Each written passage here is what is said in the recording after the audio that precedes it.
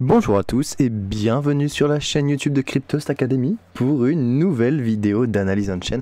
J'espère que vous allez bien. Aujourd'hui, et comme à notre habitude, nous allons nous intéresser aux dynamiques et au fonctionnement des marchés des crypto-monnaies. Aujourd'hui, on va encore s'intéresser à Bitcoin, plus particulièrement au marché dérivé, un sujet passionnant qui n'est pas réellement un sujet d'analyse on-chain parce que les transactions sur les marchés dérivés n'ont pas lieu sur la blockchain en soi, ça a lieu sur des plateformes en dehors de la blockchain, donc on n'est pas réellement sur la donnée on-chain. Pour une fois, on va faire une analyse qui sera plutôt off-chain, si on peut dire d'une certaine manière, plutôt qu'une analyse qui sera on-chain.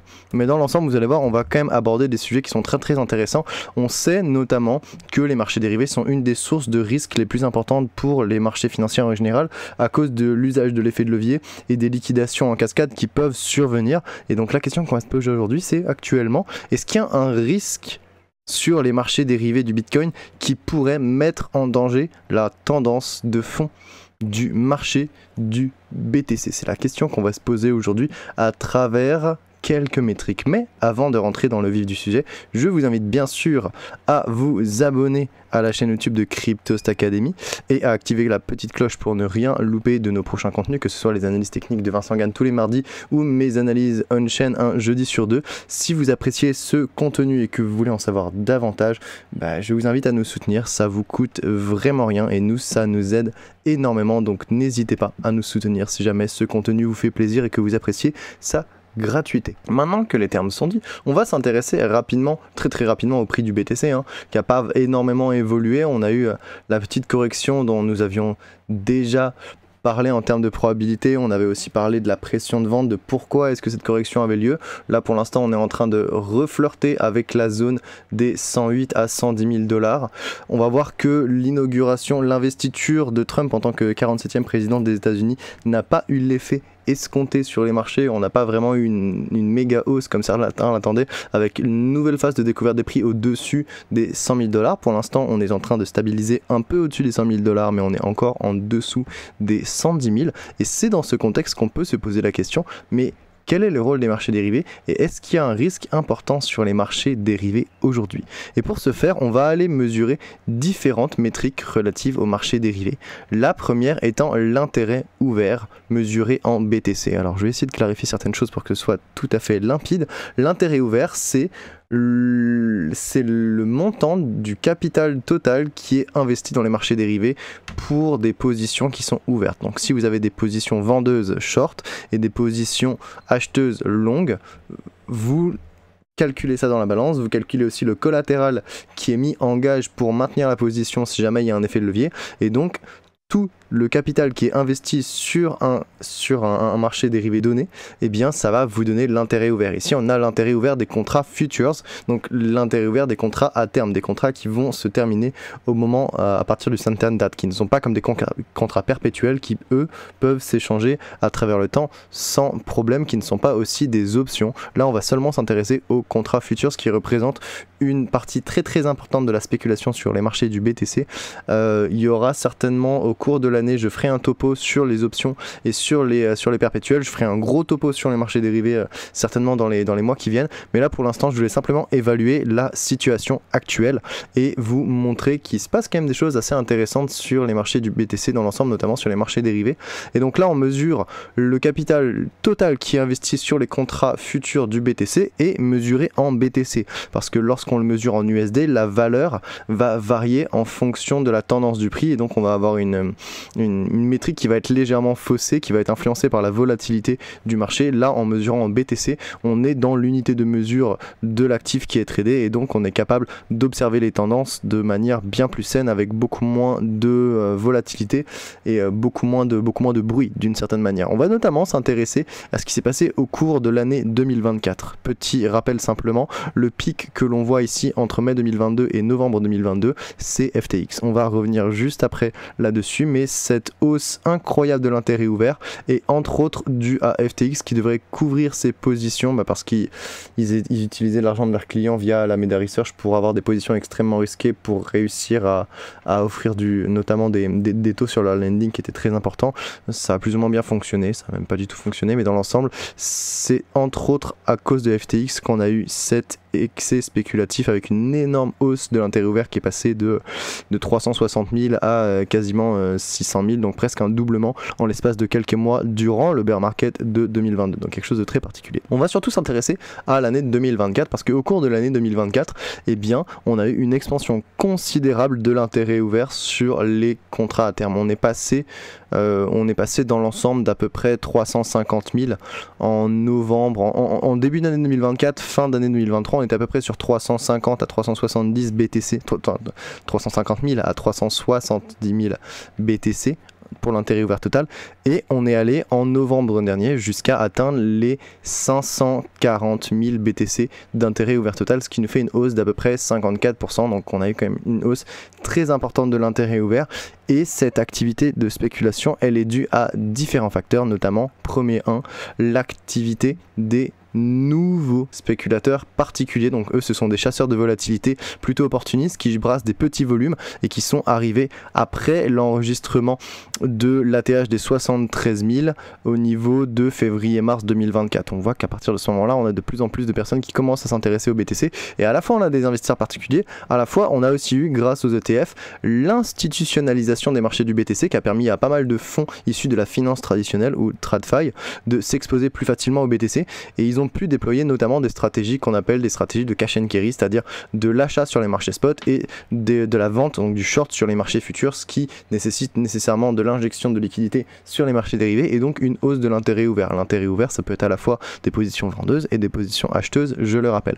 Donc ce qui explique cette hausse assez importante de plus de 50% de l'intérêt ouvert total sur les contrats futures pour le BTC, c'est à la fois des investisseurs particuliers avec des petits volumes qui sont arrivés parce que ils s'attendaient à ce qu'on rentre dans une phase de découverte de prix assez rapidement, et à la fois des investisseurs institutionnels qui eux sont arrivés avec des énormes quantités de capitaux pour avoir des stratégies à delta neutre ou des stratégies de cash and carry, donc quelque chose d'assez important. Et après quasiment 10 mois de hausse, eh bien l'intérêt ouvert, il a finalement eu sa première chute modérée juste après novembre. En fait là, si on zoome, on va voir que juste après novembre on a eu une première correction après la magnifique expansion qu'on a eu entre octobre et décembre. On a eu une correction du marché, une consolidation plus précisément, qui a permis de retirer une partie de l'excès de liquidité sur les marchés dérivés et qui nous a fait une chute d'à peu près moins 11%. On se situe à peu près entre les 480 et les 490 000 BTC d'intérêt ouvert total sur le marché actuellement, et cela peut aussi s'expliquer par un événement, un phénomène en deux temps. Premièrement, on a eu une prise de profit importante entre novembre et décembre avec des spéculateurs qui fermaient leur position afin de sécuriser et de réaliser leurs profits. À ce moment-là, ils retirent leurs capitaux des marchés dérivés de manière plus ou moins temporaire. Donc ils prennent profit, ils ferment leur position, donc l'intérêt ouvert baisse et ensuite potentiellement qu'ils reviendront plus tard. Ça, c'est un premier point. Le deuxième point, c'est que la consolidation / correction qui a été subie ensuite en janvier, elle a entraîné beaucoup de liquidations longues, notamment entre ici le 16 décembre jusqu'au en fait pendant toute la fin du mois de décembre et ensuite même jusqu'à la première semaine de janvier, on a eu beaucoup de liquidations longues sur les marchés dérivés, et ça sur des positions qui étaient encore actives, qui n'avaient pas été fermées, donc elles ont été forcées à la clôture, et ça a retiré aussi des capitaux, cette fois-ci de manière définitive, parce que les positions ont été liquidées et le capital investi a été perdu à jamais. Donc c'est une première chose qu'il faut savoir. On a eu une très très belle hausse de l'intérêt ouvert pendant toute l'année 2024, à la fois par des investisseurs particuliers et des investisseurs institutionnels. Après novembre, on a commencé à avoir une consolidation. Les positions qui étaient encore ouvertes se sont fait rétamer la tronche. Les positions qui étaient déjà fermées ont participé à la chute de l'intérêt ouvert. Voilà qui fait le tour, et pour l'instant on commence à revoir une légère hausse de l'intérêt ouvert qui essaye de franchir à nouveau les 500 000 BTC dans l'ensemble, qui est concomitante à la hausse qu'on est en train d'observer au-dessus des 100 000 $ de nouveau. Donc on a potentiellement un retour des capitaux vers les marchés dérivés, quoique ce retour soit encore timide, donc on a encore beaucoup de choses à observer de ce point de vue là, et il va falloir faire un suivi plutôt régulier. Maintenant qu'on s'est intéressé à l'intérêt ouvert et qu'on a bien démystifié à la fois qu'est-ce que c'est que cette métrique, comment est-ce qu'on la comprend, comment est-ce qu'on l'interprète, et quelles ont été les dynamiques les plus importantes qu'on a pu observer au cours des derniers mois, au cours de l'année 2024, eh bien on va reprendre encore une fois le graphique de l'intérêt ouvert en BTC sur les marchés des contrats futurs pour Bitcoin, mais cette fois-ci on va séparer l'intérêt ouvert par toutes les exchanges qui offrent ce genre de contrat. Et ici on voit bien l'excès de FTX qui est venu apporter énormément de liquidité pendant le market. Après FTX n'est pas le seul fautif, hein, on est capable d'observer une hausse. Si on regarde bien, en fait le CME a pas eu énormément de hausse de son intérêt ouvert. Par contre Binance a eu un énorme avantage sur ce point de vue là. Donc FTX et Binance ont vraiment participé en même temps. OKX Deribit aussi, j'ai envie de dire, hein, le CME est vraiment un des seuls exchanges, un des seuls exchanges qui en plus est institutionnel, qui n'a pas enregistré une très forte hausse de l'intérêt ouvert durant le bear market de 2022. Mais on voit bien ici que l'excès de FTX était assez important. Et si on retranche, si on enlève FTX et qu'on regarde simplement ici, si vous regardez le curseur et la petite ligne qui est en train de s'afficher, eh bien on va se rendre compte qu'en excluant l'essai spéculatif qui a été apporté par FTX entre 2020 et 2022, eh bien l'intérêt ouvert des contrats à terme futurs sur le BTC, il se situe très proche de ses sommets historiques, hein. On est vraiment très proche de à peu près, c'est ça, à peu près 500 000 BTC dans l'ensemble, donc quelque chose qui est quand même assez important, hein. Je vous invite d'ailleurs à aller regarder et à aller lire l'article qui est disponible directement sur Cryptost. Vous pourrez voir ici la notation qui vous permet de voir justement que l'intérêt ouvert ici dénominé OI moins FTX, on est à peu près à 580 000 BTC dans l'ensemble, et on est aussi capable de voir ici la croissance graduelle à la fois de Binance ici en violet et du CME, donc pour les institutionnels le CME, Chicago Mercantile Exchange, et pour les particuliers Binance. Donc on voit bien ici la hausse de l'intérêt ouvert sur ces deux plateformes majeures qui lead le marché en ce moment. Donc là ça nous permet de relativiser et de nous dire que la récente hausse de l'activité spéculative qu'on a décrit au cours de l'année 2024, eh bien elle reste suffisamment plutôt normale d'un point de vue historique, hein. Et donc on peut aussi noter, comme je l'avais dit juste précédemment, que l'augmentation de l'intérêt ouvert en 2024 est en majorité due à des entrées de liquidités sur les marchés dérivés qui sont tenus par Binance pour les particuliers et le Chicago Mercantile Exchange CME pour les institutionnels. Ce sont les deux courbes que vous voyez ici qui sont en train de pousser vers le haut toute la métrique ici présente. Donc là on a déjà une très bonne idée du contexte, on voit un peu déjà, il y a pas mal de spéculations sur les marchés dérivés, d'accord, mais si on relativise avec le cycle précédent, on se rend compte qu'on n'a pas vraiment eu de sommet plus haut que le précédent, et qu'en fait on se situe plus haut bien sûr que le contexte de marché haussier qu'on avait connu en 21-22, enfin en 2020-2021 plutôt. Mais on n'est pas encore sur les niveaux, on est à peine sur les niveaux de ce qu'on avait enregistré avec l'excès spéculatif qu'on avait en fin 2022, alors que pourtant la taille du marché elle a énormément augmenté actuellement. Donc en fait on se retrouve avec un intérêt ouvert actuellement entre 500 et 580 000 BTC pour un prix qui est proche de 100 000 $, alors qu'on avait la même chose pour un prix qui était de 20 000 $. Donc le prix, il a fait au moins x3, même plus que x3, il a fait littéralement x5, et on se retrouve avec le même niveau d'intérêt ouvert global. Ce qui nous permet vraiment de mettre en perspective la chose et de se dire que bon, bah, dans le contexte actuel, bah, en fait, la hausse de l'intérêt ouvert et donc la hausse de la spéculation sur les contrats futurs sur Bitcoin, bah, en fait, elle n'est pas si haute que ça, elle n'est pas si importante que ça. Ça ne veut pas dire qu'il n'y a pas nécessairement de risque, hein, dans l'ensemble, ça veut juste dire que bon, bah, pour l'instant, on n'est pas non plus sur un excès, quoi. Historiquement, on a déjà rencontré ces valeurs avec des prix bien plus bas. Donc en fait, on aurait pu avoir potentiellement des valeurs bien plus hautes, mais la taille du marché ne permet peut-être pas cela. Et en plus, au-delà de ça, on a quand même une petite purge de l'intérêt ouvert qui a été faite récemment. Donc on a pris moins 11% en passant des 580 ou un peu plus jusqu'aux 500 ou 480. Donc en plus, on a une petite purge de l'intérêt ouvert récemment, ce qui permet de réduire le risque encore plus parce qu'il y a de moins en moins de positions qui sont ouvertes. Donc c'est plutôt pas mal. Dans l'ensemble, on pourrait déjà commencer à penser qu'il n'y a pas énormément de dangers liés au marché dérivé en ce moment sur le BTC et que pour l'instant, le risque reste mitigé. Mais vous allez voir, on va encore apporter d'autres données qui vont corroborer ce constat. Une autre des dimensions qui est hyper importante pour les marchés dérivés, eh bien, c'est d'étudier avec quel collatéral les positions elles sont ouvertes et elles sont maintenues. Et c'est exactement ce que fait le graphique ici présent qui mesure la part d'intérêt ouvert des contrats futurs sur le Bitcoin qui est ouvert et qui est maintenu avec un collatéral en BTC. Ça c'est une métrique qui est hyper importante, notamment pour jauger la prise de risque globale des marchés dérivés, pour une raison très simple, c'est que lorsque le collatéral est de même nature que l'actif qui est tradé, qui est négocié, eh bien on peut avoir un contexte qui est à la fois extrêmement rentable mais aussi qui est extrêmement dangereux. C'est vraiment une épée de Damoclès qui est au-dessus de votre tête si vous ouvrez une position avec un collatéral en BTC alors que vous tradez BTC. La plupart du temps les collatérales sont en USD quand on trade BTC. Pourquoi ? Parce que si le prix augmente Imaginons que vous avez une position longue, c'est ce que la plupart du temps c'est ce qu'on essaye de faire. Si vous avez une position longue et que le prix augmente, eh bien la valeur de votre collatéral elle augmente, la valeur du BTC que vous avez mis en collatéral elle augmente en même temps que votre position elle gagne en profit latent. Donc ça accélère le rythme de croissance de la richesse parce que vous avez une position qui est gagnante et en même temps votre collatéral il prend de la valeur. Donc ça réduit le risque de liquidation et en même temps vous gagnez des sous. Donc vous gagnez des sous sur les deux plans, d'un certain point de vue vous êtes doublement gagnant, ce qui est plutôt très très positif, ça accélère vraiment le rythme de création de richesse. Par contre, eh ben on a la dynamique inverse. Si le prix baisse alors qu'on a une position longue, eh ben la valeur du collatéral qui est en BTC, eh ben elle va chuter. Alors qu'en plus notre position elle va devenir perdante. Donc ça accélère le rythme de destruction de richesse et ça nous rapproche soit d'un appel de marge, soit d'une liquidation. Donc il faut savoir que lorsqu'on a un pourcentage d'intérêt ouvert qui est collatéralisé en BTC pour les marchés de BTC qui est vraiment haut, comme notamment ce qu'on avait connu sur le marché de 2021, notamment en mai 2021 où on avait un pic à 69% quasiment, eh bien ça augmente énormément le risque sur le marché. Et entre le pic justement de 69% qu'on avait en mai 2021 et la valeur actuelle qui se situe aux alentours des 18%, eh bien l'intérêt ouvert collatéralisé en BTC, il a vu sa dominance chuter de manière vraiment drastique. Depuis 4 ans, on est passé de 69 à 18, on a perdu 50%, littéralement la moitié. Donc ça suggère que le degré de prise de risque actuel sur le marché, d'une certaine façon, eh bien il est plus faible que lors du cycle précédent. Donc ça c'est un constat qui est aussi très très intéressant. Donc on a un intérêt ouvert qui est haut sans être nécessairement plus haut parce qu'en fait il est aussi haut que quand le prix était 5 fois plus bas. Donc dans l'ensemble on a quand même un intérêt ouvert qui est pas très très haut compte tenu de la taille du marché et de son expansion au cours des 2 dernières années.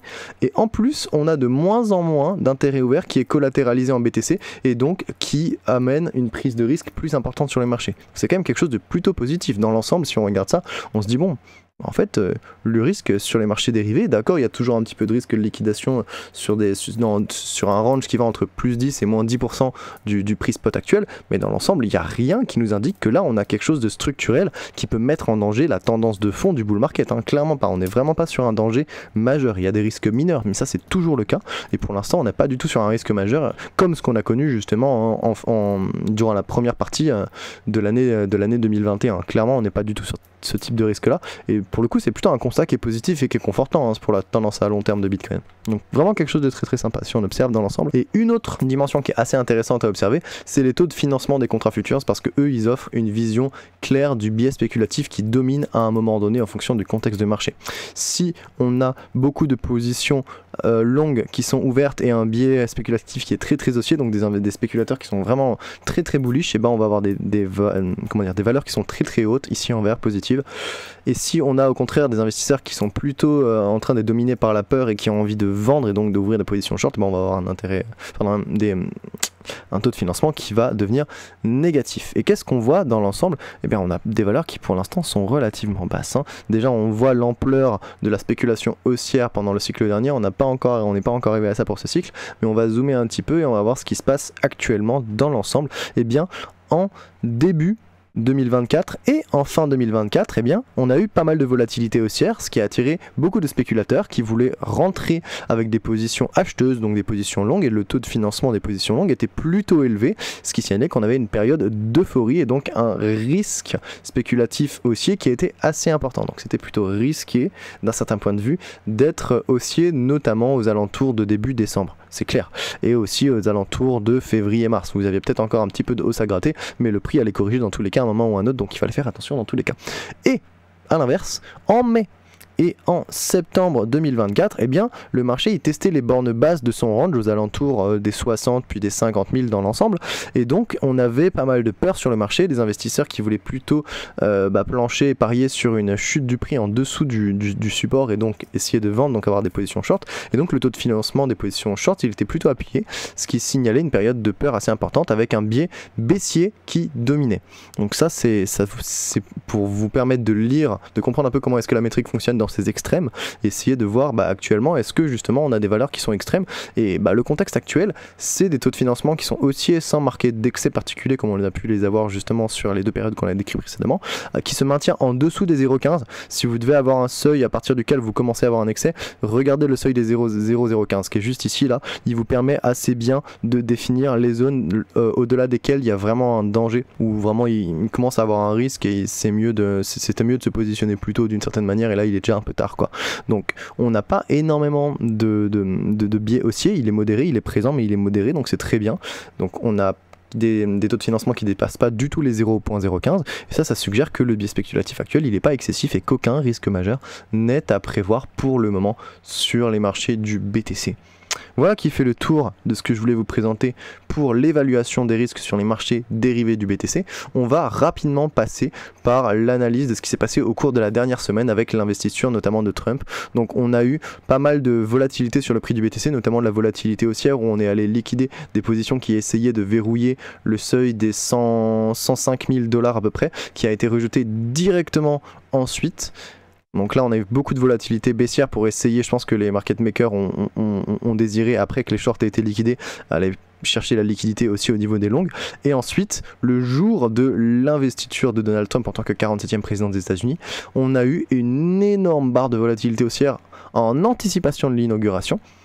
Beaucoup de positions short qui ont été ouvertes aux alentours de 110 000 $, qui sont d'ailleurs toujours actives, et le prix a commencé à dégringoler lentement jusqu'à ce qu'un communiqué officiel de la Maison Blanche détermine que les cryptos ne sont pas du tout la priorité première, une priorité urgente pour le mandat de l'investisseur de Donald Trump. Et donc là, le prix a chuté très très vite pour aller corriger. Et là, pour l'instant, on est en train d'osciller, on est dans un espèce de range entre la liquidité longue qui est au niveau des 100 000 et la liquidité short qui est aux alentours des 110 000. Et donc on se situe un peu entre ces deux zones et pour l'instant le prix fait un zigzag sans avoir de tendance claire. Bien sûr on continue à s'inscrire dans une tendance haussière à long terme. Sur le court terme pour l'instant on est en train de stagner, il faudra soit s'affranchir des 110 000 pour aller chercher potentiellement les 120 130, soit aller retester les 100 000 et espérer qu'ils tiennent pour pas aller revisiter les 90. Voilà un petit topo des points les plus importants, des zones à surveiller sur les marchés dérivés et les points d'intérêt les plus majeurs pour les spéculateurs actuellement sur les marchés dérivés du Bitcoin. Petit résumé, une dernière fois ensemble, in fine, les données de cette semaine suggèrent que les marchés dérivés, notamment les contrats futurs sur le BTC, ne représentent pas de source de risque aussi importante que ce qu'on pourrait présumer. L'activité spéculative en 2024, elle reste finalement normale d'un point de vue historique, on n'a pas vraiment eu d'excès, et l'intérêt ouvert qui est collatéralisé en BTC, il a vu sa dominance chuter de manière vraiment très importante, quasiment moins 50% en l'espace de 4 ans. Donc c'est vraiment quelque chose de très très important en termes de dominance, on a vraiment perdu beaucoup de risques d'un certain point de vue, c'est très très bien. Et en plus, les taux de financement actuels sont plutôt haussiers, sans marquer d'excès. Ils se maintiennent en dessous du seuil de 0,015 pardon. Donc dans l'ensemble, on est vraiment Gucci, c'est vraiment bien. On n'a pas trop de risques, on est pile comme il faut, juste assez pour alimenter la hausse, mais pas non plus avoir comment dire, des risques de liquidation en cascade qui pourraient nous ramener en dessous des 90 000. Donc pour l'instant, tout se passe pour le mieux, dans le meilleur des mondes, comme dirait le maître de Voltaire. J'espère que vous avez apprécié cette analyse qui a été off-chain, pour le coup cette fois. Bien sûr, vous pourrez retrouver l'article directement sur le site de Cryptos pour retrouver en fait tout ce que je viens de vous expliquer avec des annotations, histoire d'avoir un petit plus de clarification si vous voulez. Il y a un petit plus de détails aussi qui est donné, notamment il y a des petites dynamiques qui sont un peu plus expliquées, donc n'hésitez pas à aller voir, c'est très intéressant. Si vous êtes présent sur Twitter, n'hésitez pas à aller liker et partager le thread Twitter, ça me fera plaisir et ça, j'apprécie beaucoup votre soutien, et surtout si vous avez des commentaires, n'hésitez pas à écrire une petite réponse, un petit commentaire, j'aime beaucoup interagir avec les gens sur Twitter. Et encore une fois, n'hésitez pas à vous abonner et à activer la cloche sur la chaîne YouTube de Cryptos Academy pour rien louper de nos prochains contenus. Et si vous voulez aller plus loin, si vous voulez avoir plus d'accompagnement, si vous voulez faire partie de la crème et avoir les meilleurs analystes à vos côtés 24 heures sur 24, 7 jours sur 7 avec Vincent Gann, avec Will, avec Koban, avec moi-même, avec The Bat, avec Sip, tout le monde est là. Et on attend que vous, il vous suffit de rejoindre la crypto communauté numéro 1 des investisseurs en France pour ne rien louper de ce bull run et faire fructifier votre capital de manière très très simple et sans vous casser la tête. Vous rejoignez Cryptos Academy, pas de souci. Vous avez moins 20% sur votre premier mois d'abonnement. Si vous avez kiffé, dans ce cas-là, vous continuez avec nous et vous avez moins 20%, c'est très bien. Si vous n'avez pas kiffé, on vous rembourse le premier mois, c'est satisfait en remboursé, il n'y aura pas de problème. Donc n'hésitez pas à venir tester le produit, dans tous les cas. Soit vous êtes remboursé, soit vous gagnez moins 20% sur votre premier mois si vous êtes satisfait. Donc en fait, sur tous les tableaux, vous allez avoir de l'information en plus, vous allez gagner d'un certain point de vue, il n'y aura pas de perte de temps là-dedans. Donc n'hésitez pas à venir nous faire un petit coucou. On a de plus en plus de membres qui nous rejoignent et moi ça me fait plaisir de savoir que ces vidéos permettent aussi à de nombreux nouveaux investisseurs et de nouvelles personnes dans le secteur de la crypto qui ont envie d'apprendre, d'être bien accompagnés et de pouvoir faire les choses en prenant les bases comme il faut. C'était le Prof Chen, j'espère vous retrouver très très bientôt. À la prochaine.